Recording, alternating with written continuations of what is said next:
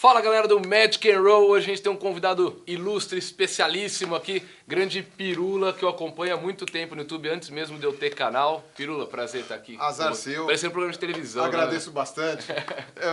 Tá vendo? Não, você vai, pelos comentários você vai se lembrar rapidinho que está na internet. Ou vou me arrepender também de ter chamado, um monte de coisa. A gente vai tratar de assuntos polêmicos, lógico, né? Porque não tem como conversar com o Pirula sem puxar um pouquinho de polêmica, mas também juntando isso com a mágica. Pra que me chamar, né? Pra que se não vai ter polêmica? Amanhã já vai estar lá, né? Quanto a Kéfera ganha e com quem que o Pirula brigou dessa vez. Exatamente. Não, eu não brigo com ninguém, as não, pessoas sim, com brigam comigo. Quem brigou com o Pirula? Eu só falo o que eu penso, as pessoas que me odeiam depois. Tá bom, né? Paciência. Bom, pra começar, eu vou fazer uma mágica com o Pirula e depois a gente vai conversar algumas coisas que envolvem a temática dessa mágica que vocês vão entender. Na verdade não vai ser bem uma mágica, eu vou fazer um teste com o Pirula, um teste de percepção extrasensorial. Eu tenho aqui um baralho com cartas que não são as comuns, são cartas ESP, que é Extrasensory Perception. Minha pronúncia é uma bosta mesmo, tá? Tá aqui. É um baralho muito antigo que foi criado para testar a percepção das pessoas, a percepção extrasensorial das pessoas. Basicamente isso, não tem tanto o que explicar, vocês vão entender conforme eu for fazendo. Eu tenho 5 jogos de cartas diferentes aqui. A estrela, o quadrado, as ondas, a cruz e o círculo. São as 5 únicas cartas que tem nesse baralho todo. Então eu tenho 5 grupos de 5 cartas iguais. Bom, resumi bem, então eu vou colocar as cartas na mesa agora. Mais ou menos, vamos pensar aqui, umas 10 cartas na mesa. Vou colocar umas 10 cartas aqui na mesa. E o Pirula vai tentar adivinhar, através da percepção extrasensorial dele, se essa próxima carta que eu vou colocar em cima dessa é igual ou é diferente à que está na mesa já. Você acha que a próxima carta que eu tirar daqui é igual ou diferente a essa primeira carta? É diferente. É diferente. É diferente. Quando for diferente, a gente vai deixar virado para cima só para lembrar no final quais são iguais. Bom. Quando eu colocar para baixo é porque você falar que é igual, tá? A próxima carta, você acha que é igual ou que é diferente a essa segunda? Diferente. Diferente também. Então, virado para cima. A próxima? Igual. Igual. Virado para baixo. A quarta? Diferente. Diferente. Vamos lá, a gente tem 3 diferentes e uma igual. Isso. Próxima? Diferente. Diferente também. É. Aqui? É. Diferente. Diferente também. Diferente. Diferente. Igual. Igual. Diferente. Diferente. Diferente. Diferente. Então o Pirula achou que apenas 2 cartas eram iguais e as outras diferentes. Isso. Vamos começar pelas diferentes, que é um pouco mais fácil de acertar, né? 1 em 5. Sim. Aqui a primeira, uma estrela e um quadrado. Você acertou, diferente. Uma chance em 5. Aqui na segunda, um quadrado e as ondas, diferente. Agora começa a questão da probabilidade pegar um pouco mais. Uma hora você teria que acertar, ou que errar, né? Exato. Vamos lá, vamos pegar aqui a terceira que você falou que era diferente. Ondas e círculo, diferentes também. Diferente, maravilha. Já tá chegando, ó, é 4 para 5. A proporção, exatamente. Já tá chegando na hora de você não acertar. Joguei o dado 6 vezes, já tá caindo muitas vezes tá na hora igual, disso aí, Mas tá certo, aqui, a probabilidade círculo é sempre a mesma. E estrela. Você já acertou 4. A probabilidade diria que agora, nessa aqui, você teria que errar. Mais ou menos. Na verdade, dá pra acertar todas dentro da probabilidade. O problema é que é muito pouco provável. Muito pouco provável, exatamente. Pouco provável. Mas como você tem uma percepção extrasensorial, também acho que você acertou essa. Olha só, sua percepção está muito boa. Essa aqui também é diferente, né? Diferente. Quadrado e ondas, diferente. Incrível. Ondas e círculo, diferente. Diferente. E aqui, círculo, você acertou que todas eram diferentes. Maravilha. A diferente é um pouco mais fácil, né? Porque a proporção... exatamente. O igual agora, você ter acertado que as duas eram iguais é um pouco não, é bastante difícil. Vamos tentar então. Aqui. A primeira aqui era cruz e a segunda uma cruz também. Acertou que era igual. E aqui vão ser 2 cruzes também. E aqui, meu Deus.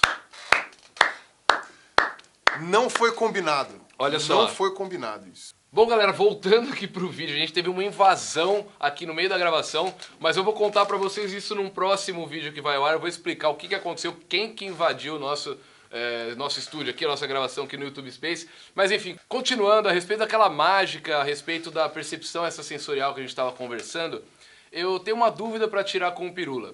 Nós dois somos ateus, eu acho que Vocês devem... Não, é que o pessoal, no meu canal, eu acho que eles ainda não sabem. O Eles devem ter... Então, você acabou de perder, não sei quantos inscritos. Agora eu acabei de perder. Mas assim, não é um ateu que eu vou ficar xingando a religião nem nada aqui, é só nem abordo tanto esse assunto. A questão é, eu queria conversar com você uma dúvida que eu sempre tive a respeito de ateísmo, não contra, mas uma discussão entre ateus e espíritas. Quando eu discuto com católicos... Muito obrigado, valeu pelo convite. Tô indo nessa. Não é, porque na minha família inteira é protestante. Eu cresci na igreja até os 20 anos e saí da igreja... Geralmente é o primeiro caminho para virar ateu. Sim, exatamente. Crescer Mas assim, raramente converso sobre esses assuntos com os meus pais e quando a gente conversa há um respeito mútuo de ambas as partes. Eles são obrigados a te amar. Até porque mútuo é de ambas as partes, né? Uma coisa que eu percebi aos meus 5 anos de ateu, 4 anos de ateu, é que quando eu discuto com um cristão, um católico, ou com, sei lá, um protestante, enfim, budista, qualquer coisa, não que é fácil discutir, mas é mais fácil você não ofender aquela pessoa. Bom, o budista já é meio ateu, né? Já é, exatamente. O cara não tem nenhuma religião, ele vê o budismo uma puta coisa bonita, assim, de olhando de fora, eu vou seguir isso daí que tá na moda também, né? Igual tatuagem maori. Enfim. Nossa. Que arruma problema mesmo. Vou embora. Eu não ofendo ninguém, só quem tem tatuagem maori. Quando eu gravo no meu quarto, eu sou uma pessoa completamente polite, né? Sim. Aí agora quando eu venho convidado, eu fico complicado. A minha questão é, quando eu discuto com várias religiões, eu consigo discutir com aquela pessoa sem ofender, porque eu tenho uns argumentos aqui, ela tem os delas ali, e ninguém se ofende, ninguém chama o outro de louco, de psicopata e tal. Agora, com os espíritas, eu não consigo discutir sem chegar naquele ponto de dizer, cara, você tá louco, você tá vendo coisa, você precisa ver direito o que tá acontecendo aí, porque a sua tia viu o lobisomem na sacada da casa dela, você viu o seu primo que já morreu há 30... Sabe, umas coisas que não tem como você falar pro cara isso sem dizer que ele tá louco. Cara, primeiro eu vou dizer que você teve muita sorte e muito azar ao mesmo tempo. Primeiro você teve sorte de conseguir dialogar com pessoas, digamos assim, do cristianismo mais ortodoxo, né, católico, protestante e tal, não sei o quê, sem que elas se ofendessem. Porque as pessoas que eu discuti eram da minha idade. Então já é uma galera que é católica, mas... Pra começar, você tem que ver uma coisa. O pessoal que da igreja católica nem tanto, mas muitas vertentes protestantes, eles têm muito essa obrigação de pregar a palavra. Então, uma coisa legal que eu já vi, inclusive, conversando com algumas pessoas protestantes, né, o que aqui no Brasil a gente chama de evangélicos em geral, mas nem todos, como eles são obrigados a conversar com pessoas de outras religiões para ver se eles conseguem passar a palavra de Jesus para elas, né, eles meio que sabem que eles estão invadindo o espaço da outra pessoa. Então é muito interessante. Vira e mexe eu recebo e-mails dessas pessoas me falando coisas de Jesus, não sei o quê. Eu respondo, olha, eu li tudo que você me mandou, eu agradeço bastante a mensagem, só que eu não acredito nessas coisas. Para mim isso aí é uma coisa histórica, mas não é a verdade, não é revelado. Essa revelação para mim não existe. A pessoa fala, muito obrigado, eu só queria que você lesse. A pessoa está feliz por isso, porque esse é o objetivo dela. O objetivo dela é, fiz minha parte. O cara ouviu falar de Jesus, então o cara ele já está feliz só de eu ter ouvido. Se eu não quis aceitar, aí... eu vou me resolver com o capeta. A obrigação dele não é te converter, é pregar a palavra. É pregar a palavra. Ele deu a escolha pra mim, eu não quis aceitar, agora eu me fudi. Agora é o seu. Se por um acaso ele não tivesse falado, quando você não quer ouvir, aí é que fica coisa, sabe? O testemunho de Jeová que fica batendo na tua porta, se você ouve e dá atenção pra ele vai embora e não volta mais. Se você fica, não atende, não sei o quê, ele vai toda semana lá batendo na tua porta, porque você ainda é uma alma que não foi tocada pela coisa. O espírita tem uma ideia diferente. Né? Então, a lógica do espírita, até o que torna eles mais tolerantes com relação às outras religiões, que é o que o pessoal fala que eles são mais light, não sei o quê, e são mesmo, até por isso que eu evito bater digamos assim, no espiritismo, porque é uma religião que ela é minoritária no Brasil, né? Apesar dela ser uma religião de classes altas. Né? Pessoas muito ricas geralmente são espíritas, né? As pessoas mais ricas são espíritas, classe média alta, essas coisas. Mas é uma quantidade de pessoas muito pequena. Então eles estão nas minorias. Dentro do ponto de vista de minorias religiosas do Brasil, né? Umbanda, candomblé, espiritismo e o ateísmo, né? Que é uma irreligião, mas entra nessa parte. Eles são minorias. Então eu acho assim, dentro das minorias, né, realmente, eles são muito inclusivos. Eles aceitam as diferenças, eles aceitam que você seja de outra religião, que você seja ateu. Quer dizer, peronomútil, né, mas vai... Em comparação às outras, eles aceitam mais. Então você tem essa questão. E eles são mais dialogáveis. Por exemplo, os espíritas, eu não vejo nenhum projeto de lei espírita, Sim, sim. obrigando você a ensinar Allan Kardec nas escolas, né, obrigando você a tirar a evolução do ensino, até porque os espíritas aceitam a forma deles de evolução, né? Eu não vejo nenhum, sabe, espírita querendo pregar, sei lá, a foto do Chico Xavier nas repartições públicas. Sim. Então, você não vê eles enchendo tanto com essa paciência, os parcovacos, isso daí, porque eles não se importam com isso. Sim. Então, efetivamente, é uma religião mais inclusiva, né? Eles não gostam de chamar de religião, mas do ponto de vista legal é uma religião. Então, realmente é uma religião muito mais inclusiva. Porém, o que me pega com relação ao espiritismo é a parte deles dizerem que eles são científicos. De que nós temos comprovação científica de tudo que a gente faz, logo eu tenho certeza absolutíssima que eu estou certo. Porque é isso que é o mais interessante, né? Como é que a ciência trabalha com certezas? A ciência não tem certezas, na verdade, né? Todas as certezas da ciência podem ser quebradas. Sim. Mas todas as evidências vão convergindo para alguma coisa, você começa a pegar aquilo ali como o mais perto da verdade possível. Então você chega assim, olha, eu sei como o movimento da gravitação universal do Newton, tal, não sei o quê, depois o Einstein, ele deu uma repaginada no negócio com a relatividade e tal, mas tudo isso daí funciona baseado nos mesmos fenômenos. Os fenômenos são os mesmos. Só as explicações mudam, mas você tem aquela coisa. Então a ciência ela vai funcionando dessa maneira. E é por isso que o cientista, muitas vezes, ele consegue prever coisas. Né? Ele chega e fala assim, ó, eu sei que isso daqui funciona assim, assado, tal, não sei o que, a força da aceleração é essa, tal, então se eu soltar essa bolinha nessa coisa, ela vai pingar 3 vezes. Tipo, você tem todas essas, você consegue prever coisas, né? Por isso que o pessoal fala que o cientista é arrogante, né? Ele tem uma certa certeza das coisas, porque funciona. Né? Na parte de evolução da minha parte, você acaba vendo. Você chega e fala assim, olha, se esses bichos aqui têm esse ossinho com essa dobrinha aqui, e os bichos atuais têm esse ossinho com essa dobrinha aqui, se a gente achar um bicho que esteja na mesma idade, em uma idade intermediária entre os dois, a gente provavelmente vai achar um padrão intermediário e tal, e eu calculo pela embriologia do bicho lá e pela genética, tal, não sei o que vai ser desse jeito. Aí os caras acham que porque não tem como ter certeza que você vai achar o fóssil, né? Mas às vezes o pessoal acha o fóssil, tá lá exatamente o que o cara tinha falado. Você acaba ficando... O pessoal fala, você é um gênio. Não é um gênio. Quando você conhece todas as variáveis, você acaba fazendo predições melhores. Sim. O que acontece? O espírita tem certeza absoluta de que ele viu essa coisa, de que ele falou com a avó, que ele fez não sei o que ele fez aquilo lá. Então ele ganha uma certeza para si mesmo que acaba fazendo com que ele ache que quem não tem essa certeza só pode ser um idiota. Olha, eu não acho que você... tá vendo espíritos. Eu acho que, na verdade, você precisa tomar um remedinho pra cabeça. Se eu te der um Rivotril, você não vai mais ver espírito. Você vai ver estrela, vai ver outra coisa. Né? Assim, se eu te der esse papelzinho com a cara do Mickey Mouse, você põe embaixo da tua língua, você vai ver outras coisas muito loucas. Você vê outras coisas muito loucas. Então, agora, o que acontece? Isso na cabeça do espírita, ele chega e fala assim, esse cara é um idiota. É óbvio que ele é um idiota. Porque ele não viu o que eu vi. Ele não sabe o que eu ouvi.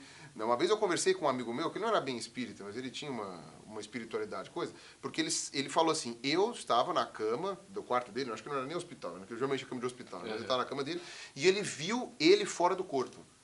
Eu vi eu flutuando no quarto fora do corpo. Eu não tenho como explicar isso que não seja através das almas. Na verdade, você tem como explicar isso através da ciência. Você tem, inclusive, uma área cerebral que o pessoal já fez por ressonância magnética computadorizada, os caras conseguiram fazer uma área cerebral que se você estimula, você tem a sensação nítida de que você está fora do corpo. E isso tem a ver com a nossa percepção espacial. Ela lida com a percepção espacial, que é a mesma coisa, por exemplo, que faz com que o gato caia de pé. Entendeu? Tem a ver com a parte do cerebelo, tem a ver com nós temos pelos, né? Os nossos pelos são sensoriais. Se alguém mexer no bigode aqui, você vai saber, né? Não precisa nem encostar na coisa, mas só o fio do bigode mexendo do lugar, mexeu na pele, que apertou, não sei o que, e você já percebeu. Sim. Então tudo isso daqui tem a ver com de você perceber que tem alguém aqui do lado, mecanismos extremamente fundamentais para a sua sobrevivência numa floresta, por exemplo, de noite, uma coisa assim, você saber que tem algum predador se aproximando, não tem a ver com uma aura mágica. É simplesmente você afinar os seus órgãos sensoriais, tato, audição, não sei o que, para uma coisa só. Então não tem como explicar cientificamente isso. Mas o cara que saiu do corpo, ele saiu da porcaria do corpo dele. Ele não se convence se eu chego para ele e falo que não. Todos esses experimentos científicos que os espíritas apregoam ter sido feitos, né, e que realmente foram acompanhados por cientistas, foram publicados em revistas científicas, é tudo até 1920 e pouco. Depois disso, não tem mais nada. Eles falam, eu vou usar o termo desculpa, porque pra mim é uma desculpa esfarrapada, mas, claro, os espíritas vão usar de outro termo. Eles falam que é porque não é mais necessário. Os espíritos já provaram sua existência, já provaram sua comunicação, então não tem mais a necessidade deles ficarem provando. Né? Assim, se não tem necessidade de ficar provando, por que você está discutindo comigo? Tipo, começa por aí, né? Então, cada um pro seu canto. né? Mas a verdade é que hoje você tem técnica de detecção, não sei o quê. Hoje eles fazem questão de chamar um mágico para acompanhar essas coisas. E o cara vai chegar e falar assim, olha, sinto muito, essa mesa girar, eu sei como é que faz, entendeu? Porque o Houdini já fazia lá. Então... O Houdini foi o primeiro, ameaçaram ele de morte um monte de vezes por causa disso daí, né? Ele foi lá, desbancou as irmãs Fox, uma coisa assim. Então o que acontece? Você tem todas essas etapas, né? Só que, assim, não adianta. O que eu posso dizer com relação ao espírita, né? Você tem que chegar e falar assim, ó, pro cara não se sentir, não achar que você está chamando ele de idiota, você tem que chegar e falar assim, olha, você ou tem... de louco. Ou de louco, fala assim, ó, você tem essas explicações. As explicações que a ciência dá são essa e essa e essa. Eu acredito nessas explicações, porque eu nunca senti o que você sentiu, eu nunca vi o que você viu, e se um dia eu ver, eu vou tentar ver se à luz dessas explicações, fenômenos cerebrais, fenômenos psicológicos, uso de drogas, alucinações e coisas assim, ver o quanto isso daí pode estar certo. Entendeu? É o que eu falo. Eu, por exemplo, eu tenho o meu ponto de falsibilidade. Eu tenho minhas coisas que eu sei, que só eu sei, que se por um acaso eu tiver uma experiência de algum espírito, ou uma pessoa me psicografar uma carta, falar essas coisas, são os pontos que eu sei que se acontecer, talvez eu levante em dúvida e fale, não pode ser eu que tô louco. Os lances de materialização? Quem é você? Você está se intrometendo no vídeo.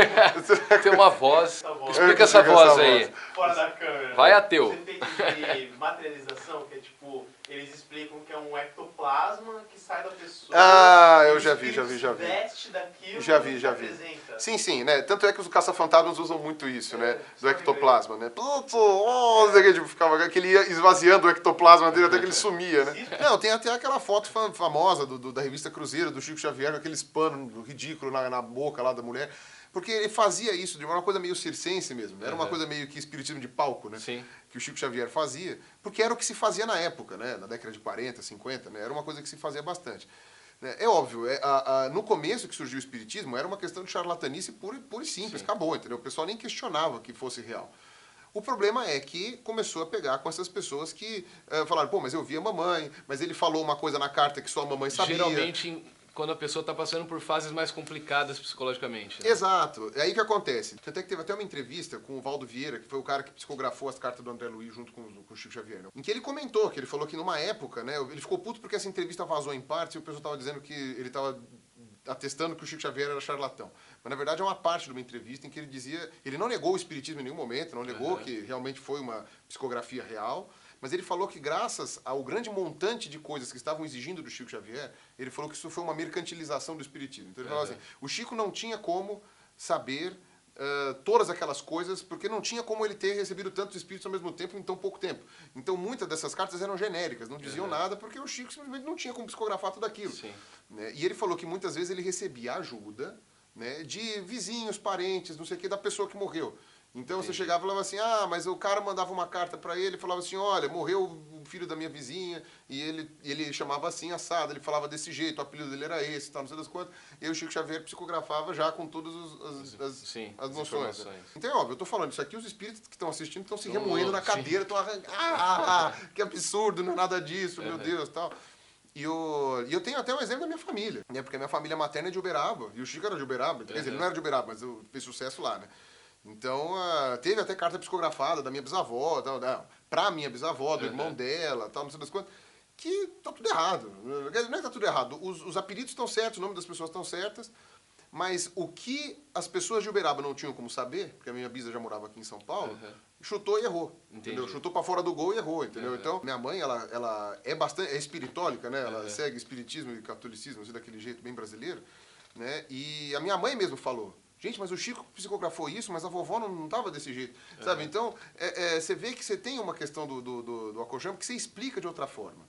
Tá? Isto quer dizer que não existe psicografia, que não existe que o espiritismo está totalmente errado? Não. Isso não prova nada. Isso quer dizer que não temos evidências cabais de que o que você está usando como evidência é real. Existem explicações de por que aquilo que você está dizendo não é. Sim. Ou seja, me traga uma outra evidência. Você pode continuar acreditando. Agora, se você se convence com essa evidência, aí é problema teu. Eu não me convenço, sabe? Ninguém me deu boas evidências de que existe. Exatamente. Né? Então, eu não tenho por que acreditar nisso. Né? A meu ver, eu vou sempre optar pela explicação mais simples, né, na vara de Ockham. A explicação mais simples é de que tem algum mecanismo neurológico lá. Depois que tiver matado todas as possibilidades reais, as possibilidades materiais, digamos assim, né, não é uma coisa psicológica, não foi uma coisa não sei o quê, não é, sei lá, um tumor no cérebro, não é uma alucinação. Se você mata todas essas alternativas, você chega uma hora e fala assim, tá, ou tem uma alternativa que eu não pensei, ou realmente a gente pode explicar dessa maneira. O problema é que muitas vezes os espíritas não fazem esse caminho. Os espíritas não, religiosos em geral, mas os espíritas não fazem esse caminho. Eles querem acreditar que é o espírito da vovó, do não sei o que, lá. E tipo, eu não preciso ficar fazendo a verificação se eu já sei a verdade que eu quero. A verdade que eu quero foi a vovó. Então, tipo, acabou, entendeu? Ela quer acreditar nisso, não importa. E eu sei como é isso. Eu tenho várias pessoas que morreram, que eram pessoas que eu sempre tive muita afeição, que eu adoraria poder trocar uma ideia de novo, ver, sabe? Até perguntar coisas, né? E não do que tá do outro lado. Mas, tipo, sabe, coisas que, sabe, matar a saudade, essas coisas assim. Coisas que você esqueceu de perguntar em vida. Isso, esqueci de perguntar em vida, essas coisas assim. Eu adoraria isso. Seria muito mais confortável para mim acreditar nisso. O pessoal fala, você é ateu porque você é fraco. Ao contrário. É muito mais contrário, difícil. Você precisa ser até bastante forte para manter o ateísmo. Porque você não tem onde se apoiar. Não que o apoio religioso, para mim, faria algum sentido. Não faz sentido algum para mim, para minha pessoa. Mas para quem faz, é um psicólogo muito bom. A religião. Não, e é o que eu sempre falo, né? Se eu pudesse acreditar nas coisas, vai por mim, eu acreditaria. Exatamente. Eu não acredito porque pra mim eu me sinto um idiota. Não faz sentido pra mim. Sim. Então eu falei assim, pra acreditar numa mentira, sabe? Depois pra acreditar numa mentira, sabe? Eu vou vender Herbalife. Pelo menos eu ganho uma graninha se eu conseguir recrutar não sei quantas, entendeu? Herbalife, paga nós. Agora, pra ganhar, sabe? Agora, porra, vou acreditar numa mentira, sei lá, vou vender aqueles cursos do Lair Ribeiro, sabe? Agora, se for pra acreditar numa... Vou gravar vlog com TechPix. Com TechPix, então, se for pra acreditar nessas coisas, sabe? Eu tava fazendo grana. Se for voluntariamente, vou acreditar numa coisa que eu sei que é uma mentira. Agora... Mentir pra si mesmo Mentir não dá. pra mim mesmo é muito difícil. Eu não tenho essa capacidade e eu até invejo quem tem. Exatamente. Sendo bem honesto, eu invejo quem Às tem. vezes todo mundo passa por momentos difíceis, que você fica meio deprimido, fica meio triste, e aí às vezes eu até penso, pô, como seria muito mais fácil a minha vida se eu acreditasse em alguma coisa. Mas não tem como, às vezes você que é religioso não entende, não tem como a gente se forçar a acreditar. Não dá. Do mesmo, eu faço essa pegadinha com os religiosos. Por exemplo, você é protestante, você é católico. Se eu chegar pra você e obrigar você a acreditar nas divindades hindus, você vai acreditar? Não vai, né? Não tem como. Não é porque eu vou falar pra você, olha, Shiva e Vishnu são as verdades e tal, você vai acreditar nisso? Não vai. É a mesma coisa comigo. Não adianta você chegar pra mim e falar que Jesus é o Senhor, que Ele salvou, morreu por nossos pecados. Eu não vou acreditar nisso. Não sem um bom motivo. Entendeu? E esse bom motivo não é a dor que eu sinto quando meus parentes se vão. Sabe, tipo, não é na turbulência do avião. Não é na turbulência do avião. Se o avião começar a tremer, eu vou gritar uma cacetada de palavrões, eu vou, sei lá, tirar a roupa. Inclusive, acho que Deus vai estar no meio do... Meu Deus, vai estar no meio. Até porque, né, Deus vai segurar o avião e vai impedir ele de cair? Não vai. Nunca segurou, que eu saiba, né? Todos os aviões que caíram, todo mundo rezou e todo mundo morreu. Então, não fez diferença nenhuma. Exatamente. Então, eu não sei. Além do que, é muito engraçado você dizer que você vai descobrir a realidade do mundo no momento com menor racionalidade possível, que é o momento do desespero, né? Tipo, se você tá desesperado, você vai se pegar qualquer porcaria que tiver. Que isso prova que a existência de Deus? Que uma pessoa desesperada, completamente irracional, apelou pra Deus? Sim. Isso prova que ele existe? Tipo, eu acho que é o pior argumento possível pra existência de Deus, mas tudo bem. Bom, galera, essa foi a parte 1 do meu papo aqui com o Pirula, do canal do Pirula. Ninguém mandou me chamar, vai ficar comprido mesmo. Ficou comprido, ficou, mas calma que tem parte 2. A gente vai continuar falando de espiritualidade, ateísmo e vai falar até um pouquinho de política no próximo vídeo. Mas nada muito... Não vamos tomar partido de nada. É uma conversa sobre misturar Seu religião. isentão! Que absurdo. Fica em cima do muro, absurdo. foda. Você que colabora com essa sujeira Não que importa, tem não importa o que você seja. Você Sempre... financia essa porra! Não, é o YouTube que financia essa porra aqui. Tá vendo? A vozinha tá ativa hoje. Tá, né? é o diretor do Cameragóia, né? Tá vendo? Bom, enfim, vai ter mais um vídeo sobre assuntos polêmicos aqui no canal com o Pirula, entre outros vídeos que a gente gravou aqui, e também vou falar da invasão que teve na nossa gravação aqui, que logo sai aqui no canal. Se você gostou, se inscreva no canal do Pirula, se inscreva no meu canal e nas redes sociais que vão aparecer aqui embaixo. Um abraço e até o próximo Magic and Roll. Valeu! Falou!